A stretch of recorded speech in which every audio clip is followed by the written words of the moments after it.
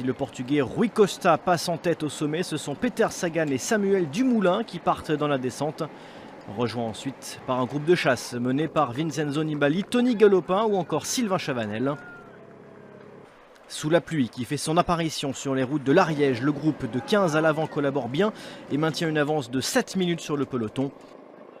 Le sprint intermédiaire à Aigues-Vives est une simple formalité pour Peter Sagan dans son objectif du maillot vert. Le champion du monde reprend alors provisoirement la tête du classement par points et profite aussi des difficultés rencontrées par Mark Cavendish à l'arrière du peloton. À l'avant, les hommes de tête s'entendent à merveille. Parmi les 15 coureurs présents dans l'échappée, 9 ont déjà été vainqueurs d'étape sur le Tour de France et se dirigent vers une explication entre costauds pour l'arrivée à Revel. À 25 km de l'arrivée, Peter Sagan fait exploser le groupe de tête et condamne plusieurs coureurs lâchés, dont Vincenzo Nibali et Tony Galopin.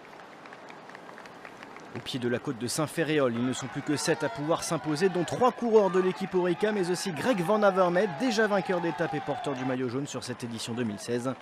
La dernière difficulté n'aura été fatale qu'à Luke Durbridge. Sagan, Boassenhagen, Dumoulin, Van Avermaet, Impey et Matthews basculent ensemble dans la descente vers la ligne d'arrivée. Pour l'explication au sprint, la fraîcheur a peut-être manqué à Peter Sagan, omniprésent toute la journée à l'avant.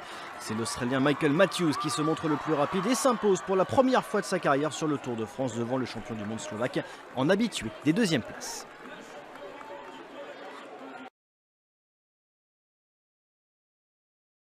Victoire donc de l'Australien Michael Matthews devant Peter Sagan et Edvald Boassenhagen. Le Français Samuel Dumoulin est 5e. Le peloton arrivera lui à presque 10 minutes du vainqueur du jour. Pas de bouleversement au classement général. Podium à l'accent britannique. Chris Froome reste en jaune devant Adam Yates et Dan Martin. Un top 10 qui se tient toujours en 1 minute et 1 seconde jusqu'à la 10e place de l'Espagnol Alejandro Valverde.